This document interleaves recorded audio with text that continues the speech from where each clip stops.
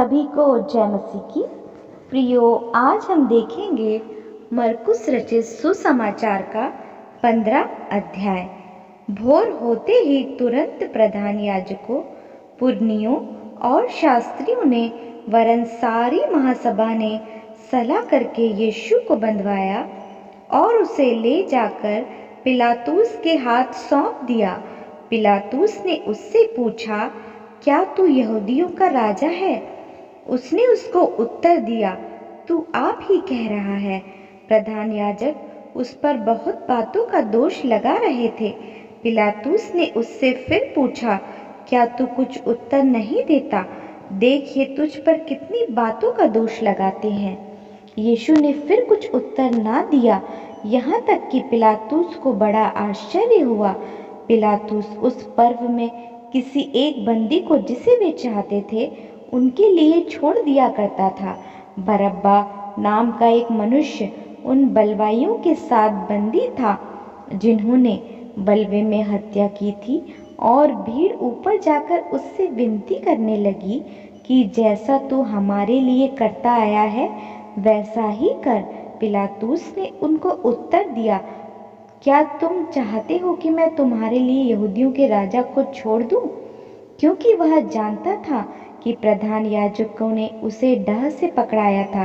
परंतु प्रधान याजकों ने लोगों को उभारा, वह बरअब्बा को ही उनके लिए छोड़ दे। यह सुन पिलातुस ने उनसे फिर पूछा, तो जिसे तुम यहूदियों का राजा कहते हो उसका मैं क्या करूं?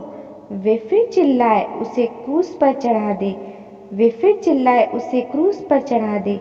पिलातुस ने उनसे कहा, क्यों, इसने क्या बुराई की है? परंतु वे और भी चिल्लाए, उसे क्रूस पर चढ़ा दे। तब पिलातुस ने भीड़ को प्रसन्न करने की इच्छा से बरअब्बा को उनके लिए छोड़ दिया और यीशु को कोड़े लगवाकर सौंप दिया कि क्रूस पर चढ़ाया जाए। सैनिक उसे किले के भीतर के आंगन में ले गए, जो प्रीटोरियम कहलाता है, और सारी पलटन को बुला लाए।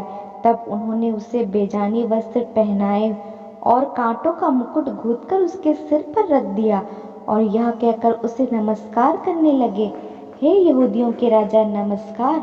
वे उसके सिर पर सरकंडे से मारते और उस पर थूकते और घुटने टेक कर उसे प्रणाम करते रहे। जब वे उसे ठट्ठा कर चुके तो उस पर से बेजानी वस्त्र उतार कर उसे उसी के कपड़े पहनाए और उसे क्रूस पर चढ़ाने के लिए बाहर ले गए।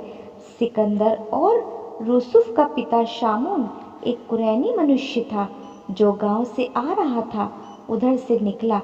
उन्होंने उसे बेगार में पकड़ा कि उसका क्रूस उठा ले। वे यीशु को गुलगुता नामक जगह पर, जिसका अर्थ है खोपड़ी की जगह, लाए। वहां उसे मुर्रा मिला हुआ दाखरस देने लगे, परंतु उसने नहीं लिया। तब उन्होंने उसको क्रूस पर चढ़ाया और उसके कपड़ों पर चिट्ठियां डालकर कि किसको क्या मिले उन्हें बांट लिया, और एक पहर दिन चढ़ाया। जब उन्होंने उसको क्रूस पर चढ़ाया और उसका दोष पत्र लिखकर उसके ऊपर लगा दिया, यहूदियों का राजा, उन्होंने उसके साथ 2 डाकू और उसकी दाहिने और उसकी बाईं और क्रूस पर चढ़ाए। तब पवित्र शास्त्र का यह वचन पूरा हुआ, और मार्ग में जाने वाले सिर हिला हिलाकर यह कहकर उसकी निंदा करते थे, वह मंदिर के ढाने वाले और 3 दिन में बनाने वाले क्रूस पर से उतरकर अपने आप को बचा। इसी रीति से प्रधान याजक भी शास्त्रियों समेत आपस में ठट्ठा करते थे। इसने औरों को बचाया पर अपने आप को नहीं बचा सका। इज़राइल का राजा मसीह अब क्रूस पर से उतर आए कि हम उसे देखकर विश्वास करें, और उसके साथ जो क्रूस पर चढ़ाए गए थे वे भी उसकी निंदा करते थे। दोपहर होने पर सारे देश में अंधियारा छा गया और तीसरे पहर तक रहा।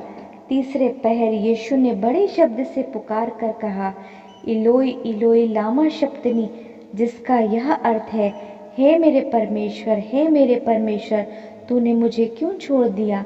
जो पास खड़े थे उनमें से कुछ ने यह सुनकर कहा, देखो, वह एलिय्याह को पुकारता है। और एक ने दौड़कर स्पंज को सिरके में डुबोया और सरकंडे में सर रखकर उसे चुसाया और कहा, ठहर जाओ, देखे एलिया उसे उतारने के लिए आता है या नहीं।